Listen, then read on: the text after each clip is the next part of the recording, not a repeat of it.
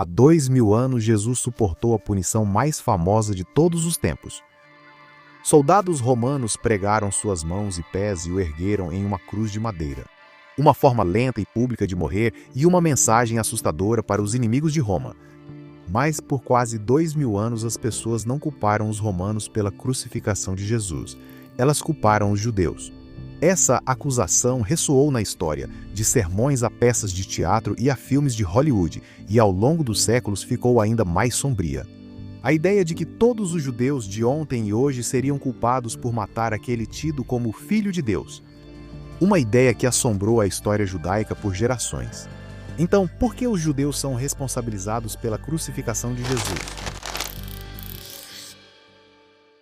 Antes de investigarmos quem é responsável pela crucificação de Jesus, precisamos voltar ao mundo onde Jesus viveu, uma terra sob domínio estrangeiro fervendo de tensão. O cenário era a antiga Judéia, província do Império Romano. O governador romano local, Pôncio Pilatos, dava as ordens. Ele cobrava impostos, comandava soldados e decidia quem vivia e quem deixava de viver. Líderes judeus locais mantinham poder desde que houvesse paz e dinheiro circulando. Qualquer ameaça ao domínio romano podia abalar o frágil equilíbrio de poder e desencadear a mão de ferro do império sobre toda a terra. Todo esse território era do reino de Herodes, o Grande, rei judeu governando sob forte influência de Roma. Após sua morte, Roma dividiu o reino entre seus 3 filhos. Um governou esta área, outro governou a Galileia, onde Jesus cresceu, e outro governou este território, conhecido como Judeia. Mas ele acabou sendo brutal e incompetente. Ele foi tão desastroso que os romanos o tiraram do poder, anexaram seus territórios ao império e enviaram governadores para administrar a província. Enquanto as outras 2 regiões tinham governantes judeus supervisionados por Roma, a Judéia passou a ser administrada diretamente pelos romanos. Depois que o filho de Herodes foi demitido do cargo de governante da Judéia, ele foi na prática substituído pelo prefeito romano, e Pôncio Pilatos seria um desses prefeitos. E Pilatos teria o comando de 3.000 soldados romanos. Elas teriam sido estacionadas principalmente em Cesareia, na costa, e teriam vindo a Jerusalém pelo menos 3 vezes por ano para ajudar a policiar as multidões de peregrinos, garantindo que tudo estivesse tranquilo e que as coisas acontecessem no horário. O templo sagrado judaico, centro político e econômico da Judéia, era controlado pelos sacerdotes. O templo era o coração pulsante do povo judeu. Ele tinha a reputação de ser um dos templos mais bonitos do mundo e foi construído para acomodar um grande número de pessoas. O templo era um local de sacrifícios, geralmente pombos, que estavam disponíveis no pátio do templo, mas também havia ofertas de óleo e trigo. Nem sempre é um sacrifício animal que é oferecido no templo. Agora, os romanos não tinham nenhuma paciência para a desordem. Se eles sentissem que uma rebelião estava se formando, esmagavam-na com uma eficiência devastadora. Nesses anos, a rebelião muitas vezes surgia com figuras proféticas, homens que alegavam autoridade divina e prometiam liberdade ou revelação. Alguns reuniam pequenos grupos de seguidores, outros atraíam multidões enormes. Roma esmagou todos eles. Uma história registrada pelo antigo historiador Joséfo conta sobre um profeta samaritano que prometeu revelar tesouros sagrados supostamente enterrados por Moisés no topo de uma montanha. Ele liderou uma multidão para escalá-la, mas o governador romano enviou tropas antes mesmo de começarem a subida. Os soldados massacraram muitos dos seguidores e Pilatos mandou executar os líderes do movimento. Era assim que Roma mantinha a ordem, rápida, implacável e pública. Para eles, todo profeta que atraía uma multidão era uma possível ameaça. Para os sacerdotes do templo, as apostas eram enormes: manter a paz ou invocar a ira de Roma. E então apareceu Jesus de Nazaré. Para milhões de cristãos, isso é uma história de fé. Como outros textos sagrados, como a Torá e o Bhagavad Gita, os evangelhos foram escritos em épocas e para públicos específicos, influenciados pelos acontecimentos ao redor. Entender esse contexto histórico ajuda a explicar como essas histórias surgiram e foram interpretadas depois. Segundo os evangelhos cristãos, escritos décadas após a crucificação, Jesus foi uma figura profética judaica com mensagem apocalíptica sobre a vinda do reino de Deus. Ele também era um professor carismático que pregava compaixão, humildade e justiça. Jesus viveu na Galileia, de acordo com os 4 evangelhos canônicos, mas ele vagava por diferentes vilarejos. Ele atravessou a Samaria para chegar à Judéia e ele também ensinou em Jerusalém. É natural que Jesus esteja em Jerusalém durante a Páscoa, porque ele está interessado em alcançar o maior número possível de judeus com sua mensagem sobre o iminente reino de Deus. E ele foi celebrado ao entrar na cidade pelas multidões de peregrinos. E ele estava ensinando no Monte do Templo nos dias que antecederam a festa da Páscoa. Então ele está atraindo cada vez mais multidões, cada vez mais animadas com essa mensagem apocalíptica de que o reino de Deus está próximo. Roma não gosta de multidões populares animadas. Segundo os evangelhos, Jesus condenou as práticas financeiras do templo e acusou os sacerdotes de explorar os pobres. Há uma história sobre Jesus entrando no complexo do templo pouco antes da Páscoa e virando as mesas dos cambistas, expulsando os vendedores de pombas. E havia uma troca de moedas, porque o templo aceitava como doação o shekel de Tiro, que tinha um teor de prata muito estável. Diversas cidades na antiguidade emitiam suas próprias moedas. Então, pessoas vindas de outros lugares trocavam seu dinheiro pelo shekel de Tiro para poderem fazer a doação ao templo. Essas são as mesas que Jesus teria virado. E nas histórias dos evangelhos, isso parece uma crítica econômica ao templo. É quase como o Occupy Wall Street da época, desafiando a economia do templo. Nos evangelhos, Jesus acusou os sacerdotes de fazer da casa de oração um covil de ladrões. Era o tipo de protesto que Roma não toleraria e que os sacerdotes do templo não podiam se dar ao luxo de tolerar. Segundo os evangelhos, Jesus foi preso e entregue ao governador romano. Quem realizou a prisão é motivo de conflito entre os evangelhos. É difícil saber o que realmente aconteceu durante o período que antecedeu a crucificação. Jesus foi obviamente preso, mas há dois responsáveis diferentes, dependendo de qual evangelho você lê. De acordo com Marcos, foi uma multidão judaica que saiu para prender Jesus. De acordo com João, e eu acho que é mais plausível, é uma mistura de guardas do templo e soldados romanos. Independentemente de quem tenha feito a prisão, os evangelhos concordam que após Jesus ser entregue aos romanos, Pôncio Pilatos o condenou à crucificação. No período da vida de Jesus, o único poder que tinha autoridade para ordenar uma crucificação era o poder romano. Somente Pilatos poderia ter dado a ordem para crucificar. Apesar de Roma ter feito as acusações e executado, é aqui que tudo toma um rumo surpreendente. De acordo com os evangelhos, Pilatos é uma figura extremamente simpática. Ele realmente não quer machucar Jesus de jeito nenhum. Ele é obrigado a fazer isso pelos sacerdotes e pela multidão hostil. No evangelho de Marcos, Pilatos oferece libertar Jesus e pergunta à multidão judaica que mal ele fez.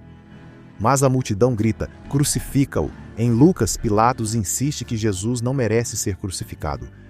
Em João, os líderes judeus até ameaçam Pilatos se ele libertar Jesus. O padrão é claro. Pilatos hesita, talvez até pareça nobre, encurralado, enquanto os judeus impiedosos exigem punição. Como isso se relaciona com as demais informações históricas sobre Pilatos? Felizmente para nós, temos relatos sobre Pilatos em outras fontes, como Fílon de Alexandria e Joséfo. Fílon menciona que Pilatos era notoriamente corrupto e violento, e especialmente conhecido por assassinar prisioneiros sem julgamento. E Joséfo conta que Pilatos agia com mão pesada quando o assunto era diplomacia e usou fundos do templo para construir um aqueduto. Houve um motim contra ele por causa disso e ele acabou causando a morte de alguns manifestantes ao espalhar soldados pela multidão. Então, de acordo com outros relatos históricos, Pilatos era implacável, decisivo e não tinha nenhum escrúpulo em usar a força, como na história do profeta samaritano, que também aparece em Joséfo. A descrição de Pilatos em Fílon e Joséfo me parece mais plausível do que a descrição de Pilatos nos evangelhos. O Dr. Fridriksson também questiona a ideia de que uma multidão enfurecida de judeus pediu a crucificação de Jesus. Jesus é tão popular que os sumos sacerdotes, no capítulo 14 de Marcos, dizem que vão prender Jesus, mas vão fazer isso em segredo para não haver tumulto entre o povo. Então isso mostra o quanto Jesus é popular entre a multidão de peregrinos. De onde vem essa multidão hostil? Isso simplesmente não é explicado. Supondo que o Dr. Fredrickson esteja certo, que Pilatos não era gentil e as multidões não estavam furiosas contra Jesus, surge uma grande questão. Por que os evangelhos minimizam Pilatos e destacam mais os judeus?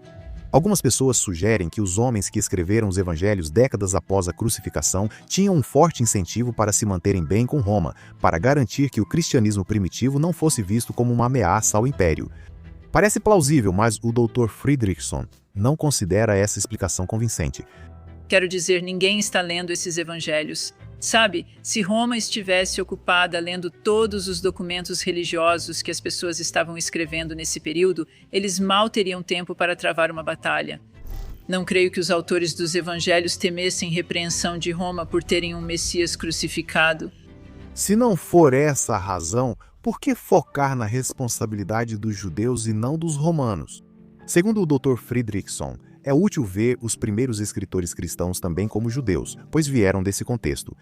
Eu acho que os autores dos evangelhos são judeus também, e acredito que existe uma dinâmica interna acontecendo sobre como explicar a destruição do templo. Eu acho que as histórias que culpam os judeus e os sacerdotes e inocentam Pilatos estão tentando explicar internamente o motivo. Deus permite que seu templo seja destruído porque o templo é, especialmente, o lugar dos sacerdotes. É realmente uma discussão interna entre judeus sobre o motivo da destruição do templo. Ou seja, os judeus daquele tempo eram inclinados à autorreflexão. É algo muito característico dos judeus ver tragédias e desastres sob a ótica de questionar o que fizemos para que Deus permitisse que isso acontecesse conosco. Após a destruição do primeiro templo, profetas judeus como Jeremias e Ezequiel não culparam os babilônios. Eles atribuíram isso ao pecado dos judeus, à idolatria, à injustiça e à hipocrisia. Após a destruição do segundo templo, os líderes do judaísmo rabínico não culparam os romanos, mas o ódio infundado entre os judeus. Os evangelhos cristãos também foram escritos após a destruição do segundo templo. Não surpreende que os discípulos de Jesus, vindos da mesma tradição judaica de autorreflexão, também não tenham culpado os romanos. Eles culparam as práticas financeiras dos sacerdotes do templo e a recusa deles em aceitar Jesus, o que é perfeitamente dramatizado na versão deles da história da crucificação. Pense nisso. Do ponto de vista deles, os líderes do templo que participaram da prisão de Jesus eram judeus. Assim, os evangelhos atribuem parte da culpa aos judeus. Mas lembra quem mais era judeu naquela época? Jesus e seus discípulos, por isso parece estranho interpretar os evangelhos como uma história que culpa os judeus, em vez de uma história sobre um debate interno judaico crítico de alguns líderes judeus. Culpar os líderes judeus da época de Jesus é uma coisa. É totalmente diferente culpar todos os judeus, inclusive os que não viveram naquela época. Como isso virou uma acusação de que todos os judeus sempre foram culpados pela morte de Jesus? A resposta depende da interpretação de uma frase dos evangelhos. Em Mateus 27, Pilatos tenta convencer a multidão judaica a soltar Jesus, mas eles recusam. Ele literalmente lava as mãos e se exime da culpa e diz: "Sou inocente do sangue deste homem." E a multidão responde: "Que o sangue dele caia sobre nós e sobre nossos filhos." Essas 4 palavras transformaram isso em um dos versículos mais trágicos da história cristã e judaica, porque alguns cristãos posteriores usaram isso como justificativa teológica para a culpa coletiva de todos os judeus. Por que Mateus acrescentou essa frase em sua versão?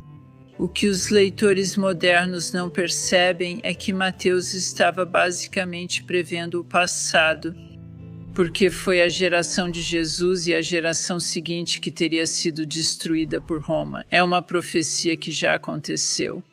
Em resumo, Mateus escrevia após os romanos esmagarem a revolta judaica e destruírem o templo, uma catástrofe que devastou a geração de Jesus e seus filhos.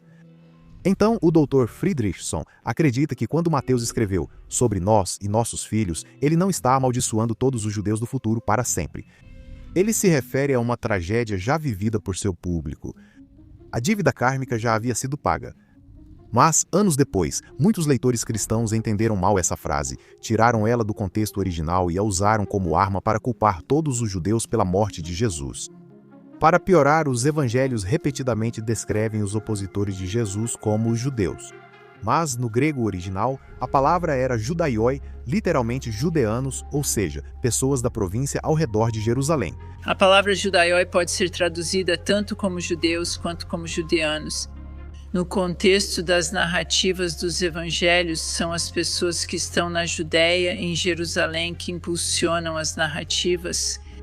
Quando você tira isso desse contexto e passa a entender a palavra como judeus, significando o judeu que mora ao seu lado na cidade da diáspora em que você vive, acaba espalhando a acusação para toda uma população. Novamente, se você considerar que os autores dos evangelhos eram eles mesmos judeus, pode ver as histórias como uma crítica interna, mas essas histórias acabam circulando para um público étnico diferente.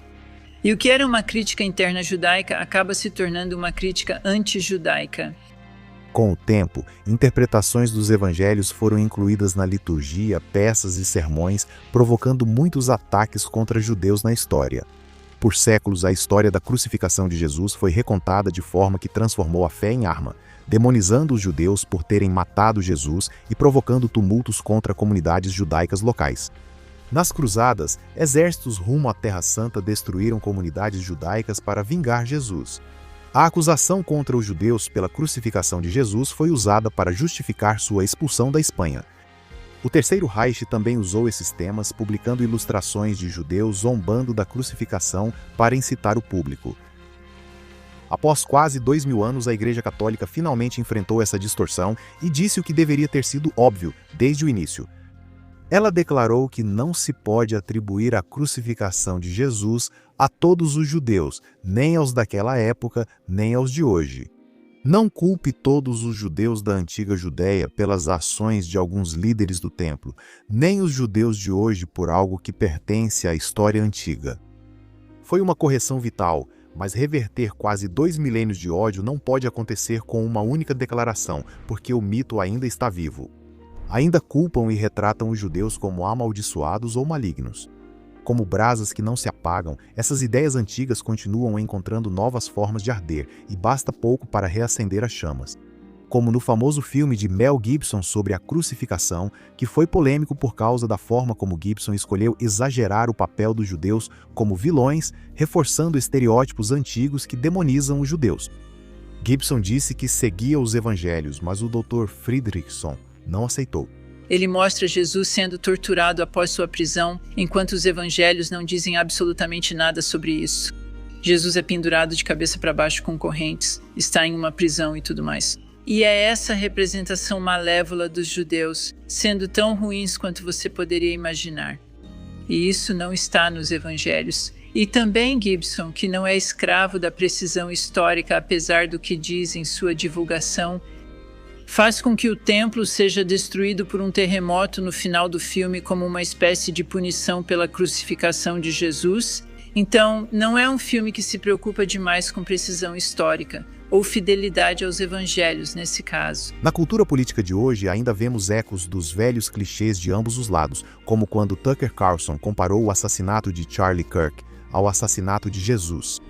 Falando para uma multidão enorme no funeral de Kirk, ele reencenou sua versão da história da crucificação sob a perspectiva dos judeus. Nós temos que calar esse cara.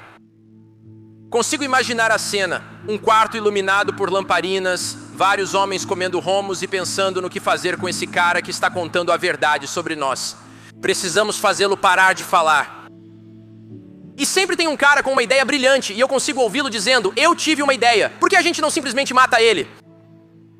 Isso vai calar a boca dele. Isso vai resolver o problema. Tucker pode ter pensado que era esperto, mas para muitos judeus que ouviram foi assustador. Uma arena cheia de pessoas lamentando um assassinato motivado politicamente. É o pior lugar para ressuscitar a antiga calúnia antissemita, ainda mais com teorias infundadas acusando Israel de ordenar o assassinato de Charlie Kirk. Você definitivamente tinha um motivo. Vamos ser honestos, senhor Netanyahu. Já vimos o que ocorre quando esse antigo estereótipo é recontado. Felizmente, Tucker Carlson e Mel Gibson não representam a visão cristã predominante. Atualmente, muitos cristãos entendem que as multidões judaicas nos evangelhos representam toda a humanidade, não apenas os judeus. Foram multidões judaicas porque estavam na Judéia. Mas isso realmente reflete a ideia cristã de que todos são responsáveis pela crucificação, não só um grupo. Por séculos, a crucificação de Jesus foi distorcida por alguns em uma história de culpa coletiva.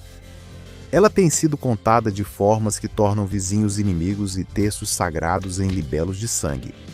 A lição duradoura aqui não é apenas sobre o passado.